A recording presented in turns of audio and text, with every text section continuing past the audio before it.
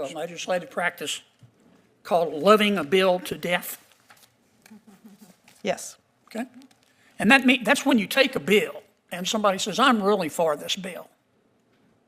But then they add so many amendments and they screw it up so badly that the bill either becomes ineffective or doesn't pass. Is that a pretty accurate description? Of the term? Yeah. Yes. You're trying to love this to death, aren't you? I disagree. You're not really for giving law enforcement the power to fight back, are you? I am in favor of giving law enforcement that power and respecting constitutional limits. This may look like a heated back and forth between a senator and a law professor, but it's actually a test of how power is exercised in an age of evolving security threats. What's really being tested here is whether constitutional safeguards are being used to protect liberty or to quietly limit the government's ability to act at all. This raises broader questions about who controls public safety, who defines the boundaries of authority, and how much discretion unelected experts should have over national policy. In this video, we'll break down how this exchange reveals a deeper struggle over law, technology, and democratic accountability. The ports of entry, but that's not your experience, is it? No, sir. Thank you, sir. Thank you, Senator. Senator Kennedy?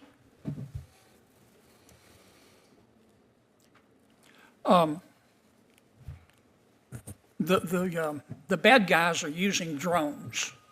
Does anybody disagree with that? Okay. And the federal government has the authority to fight back, does it not? But nobody disagrees with that statement? Sure, Professor. I would say within limits, yes. Within constitutional limits. Okay. Do any of you disagree with giving state and local law enforcement the authority to fight back? Again, within constitutional limits. Okay. Tell me what your constitutional concerns are, Professor.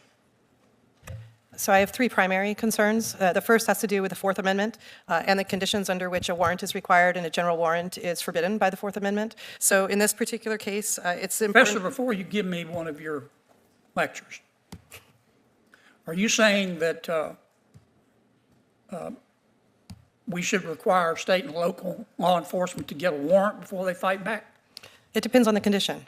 So in an exigent circumstance or something along I'm the aware border. of the exceptions to the warrant requirement. But you, generally speaking, you want to require them to get a warrant. Only for the search of a device or the seizure of property. There are also due process implications of that. Mm-hmm. Okay. You started to mention another one of your objections. First Amendment. First Amendment. Okay. Any others? Yeah, I also have a state rights, a 10th Amendment concern here, which is that states own the airspace adjacent to the land within their state that's not federally owned, and the current federal provisions don't recognize state sovereignty in that way. So you want to give state and local law enforcement the authority to fight back, but you want to list a whole lot of conditions. Is that a fair assessment? Not a whole lot, but some. There needs to be a nexus to the facility. It can't be any drone anywhere in America if you're concerned about a particular facility, but right now it's too broad. There have to be acknowledgments of First Amendment concerns. So for instance, limiting the covered facilities to the experience and logic test with which the courts use for right of public access, or prohibiting media bans across the board, or setting a time limit before and after special events so they don't extend extensively. This is what a number of state measures already do, and I'd like to see that at a federal level and apply to bring this within the constitutional Sounds limits. like a lot of conditions to me.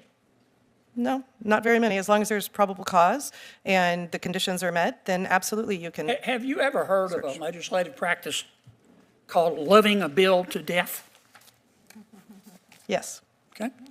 And that's when you take a bill and somebody says, I'm really for this bill.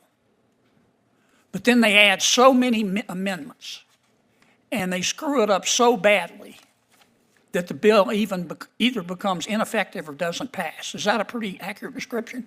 Of the term? Yeah. Yes. You're trying to love this to death, aren't you? I disagree. You're not really for giving law enforcement the power to fight back, are you? I am in favor of giving law enforcement that power and respecting constitutional limits. I don't believe you, Professor. Okay? You're not talking to Bambi's baby brother here. Okay? I've read some of your stuff. I think you'd be more intellectually honest if you just come out and say, I'm on the side of the bad guys here. I think we shouldn't give state and local law enforcement the authority to fight back. You're trying to make it as hard as possible, aren't you?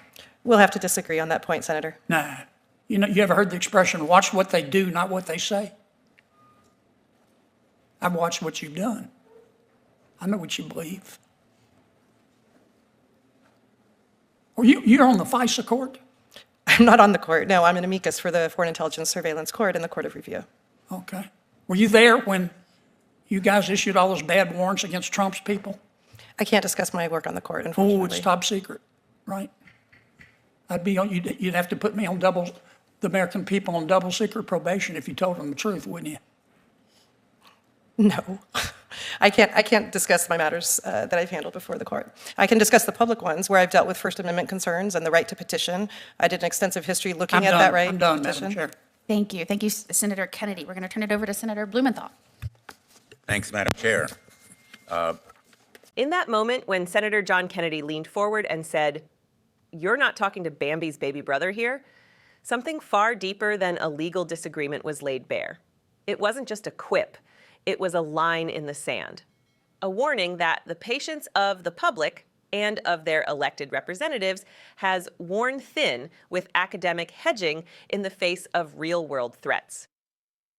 Across that hearing room, a constitutional law professor had just finished wrapping his objections in layers of procedural caution, Fourth Amendment this, First Amendment that, 10th Amendment sovereignty and federalism, all while acknowledging almost reluctantly that law enforcement should be allowed to respond when hostile drones appear in American airspace.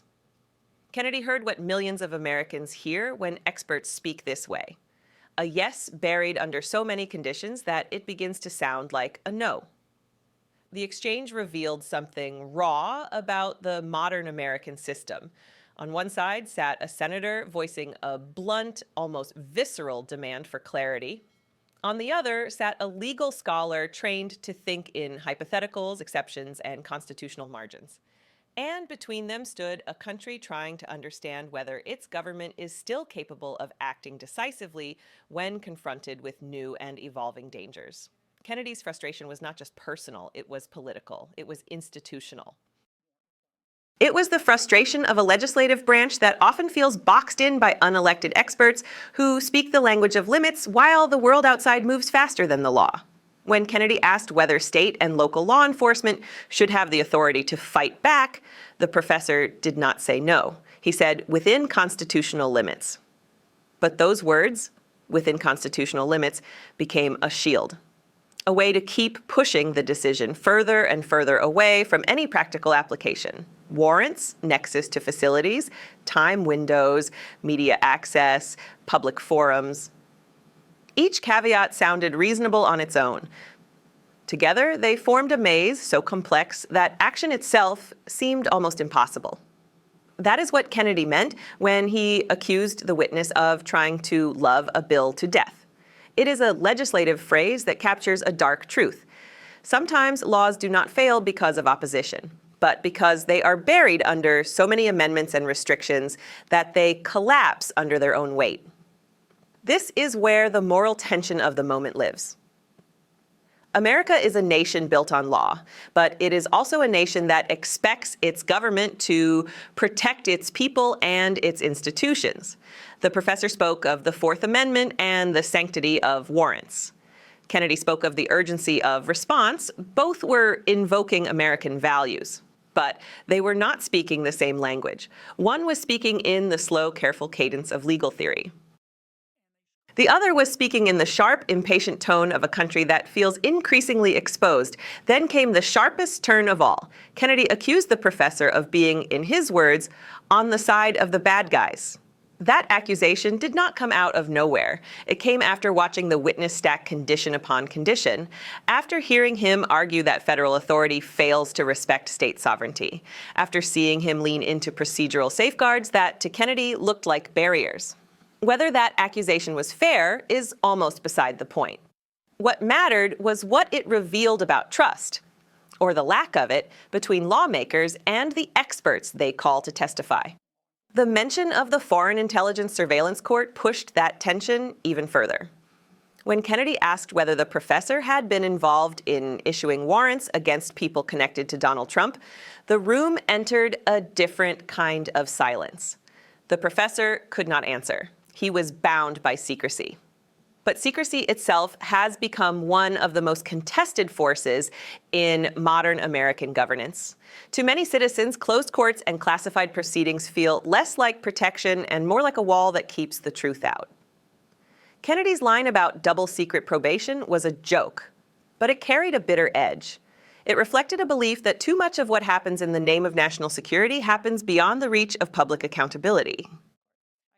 What we witnessed in this exchange was not simply a testy back and forth, it was a snapshot of a deeper struggle over who gets to define the balance between liberty and security in the 21st century.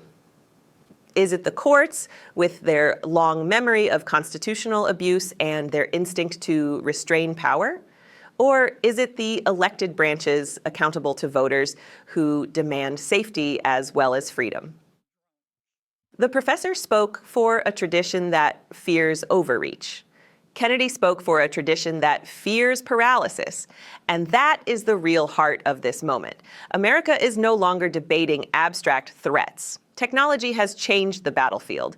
New tools move faster than the laws designed to regulate them. When hostile devices appear in the sky, the question is not just whether law enforcement can act, but how quickly. Every delay, every procedural hurdle, every jurisdictional dispute becomes a potential point of failure. That is why Kennedy kept pressing. That is why he cut off long explanations. That is why he demanded a simple answer. The professor, for his part, was not wrong to raise constitutional concerns. The Bill of Rights exists precisely because unchecked power can do terrible things. Warrants matter, due process matters, free expression matters, state sovereignty matters. But there is a danger, too, in allowing those principles to be wielded in a way that drains the government of its ability to respond. When every action requires layers of approval and endless legal parsing, the system can become brittle. It can snap under pressure. So what does this exchange expose about leadership and power in America? It shows a country caught between two fears: the fear of acting too much and the fear of not acting enough. It shows lawmakers increasingly impatient with institutions that speak in theory while threats feel immediate. And it shows experts increasingly wary of political forces that want to move faster than the Constitution allows. Kennedy's words were blunt. Some would say too blunt, but they were also honest. He was not pretending to be neutral. He was making a case for a government that can still move, still decide, still protect. The professor was making a case for a government that remains bound by its founding principles, even when the pressure is high. That clash is not going away. It is the story of American governance itself. As the gavel passed to the next senator, the tension in the room lingered. Nothing had been resolved. No policy had been finalized. But something important had been revealed: the growing distance between those who live in the world of constitutional theory and those who feel the weight of responsibility for public safety. That distance is where distrust grows. And distrust, once it takes root, is hard to uproot. This is why moments like this matter. Not because of the sharp words or the viral sound bites, but because they show us the fault lines beneath the surface of our democracy. They show us how power is argued over, how truth is contested, and how the future of American governance is being negotiated in real time. If you care about how these decisions are made, if you believe that accountability and clarity still matter in Washington, then stay with us. Follow the hearings, watch the exchanges, and support independent political journalism that refuses to look away. Subscribe to Liberty Report USA and stand with us as we continue to expose the truth behind the power.